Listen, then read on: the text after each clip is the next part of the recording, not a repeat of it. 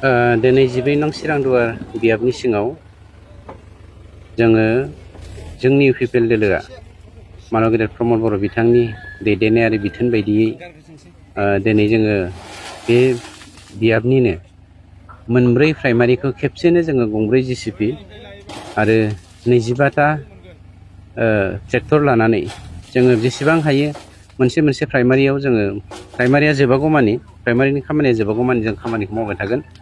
दिनै जोङो आखाइ होजेनबाय।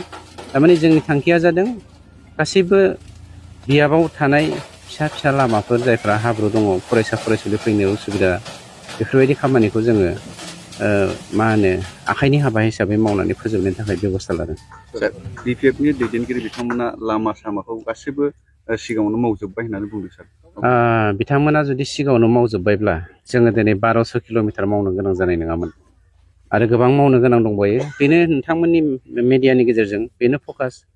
मोनब्रै प्राइमारियावहाय दिनै जोङो गंब्रै जिसिपि आरो 25टा ट्रेक्टर लानानै जे खामानि मावगोन होमब्ला बिपिएफआ मा मावबोदों मा मावबोआखै बेनो प्रमान। लोगोसे जोङो 1200 किल'मिटार लेकटपिं आरो सिसि ब्लकखौ मावखांबाय आरो दा जोंनो 5000 crore नांबावगौ लामा बानायनो जों अलरेडि हिसाब खालामजोब्बाय।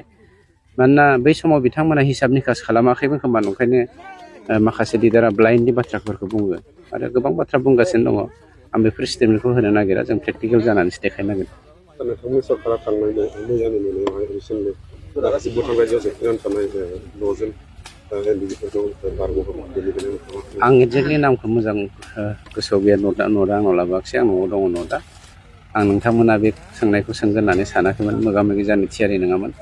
अब्ला मोनसे बाथ्राया कनफार्म, इमप्लिमेन्टेसनाव थानाय दफाफोर बायदियै इमप्लिमेन्टेसननि थाखाय थानाय दफाफोर बायदियै जोंहा गासैबो दफाखौ जोङो खोब स्पिडआव मावगासिनो दङ। नाथाय बाथ्राया बिदि नङा जे बालाबारिनि खुसेंग्रा जावबानो मोननाय बायदि जों खामानिखौ मावफुंगासिनो दङ। भुटानाव जोंनि एक्स एनडिबि कमरेडफ्रा 6 जेल जानानै दङमोन। बिथांमोननि सोरबाया 15 बोसोर जेल जाबावनांगौ, सोरबाया 10 बोसोर, सोरबाया 12 बोसोर जाबावनो गोनां दङमोन। बेखौ गभर्नमेन्ट अफ इन्डियानि हम मिनिस्ट्रि आरो भुटान गभर्नमेन्टनि हम मिनिस्ट्रि, मोननैबो हम मिनिस्ट्रि डिपार्टमेन्टआ सावरायनानै मैया भुटाननिफ्राय बिथांमोना गभर्नमेन्ट अफ इन्डियानिसिम गथायहरनाय जाबाय, भारत सरकारनिसिम। दा भारत सरकारनि आखायाव फैबाय माने भारत सरकारा आयेन बायदियै बिथांमोनखौ खोब खम समनि गेजेरावनो उदां अख्राङाव लाबोगोन। माखासे फर्मेलिटि दङ। बेनि अनगायैबो जोंहा नेपालाव सासे दंबावो, नेपाल गभर्नमेन्टजोंबो गभर्नमेन्ट अफ इन्डियानि हम मिनिस्ट्रिया सावरायगासिनो दङ। बिथांखौबो गोख्रैनो रिलिज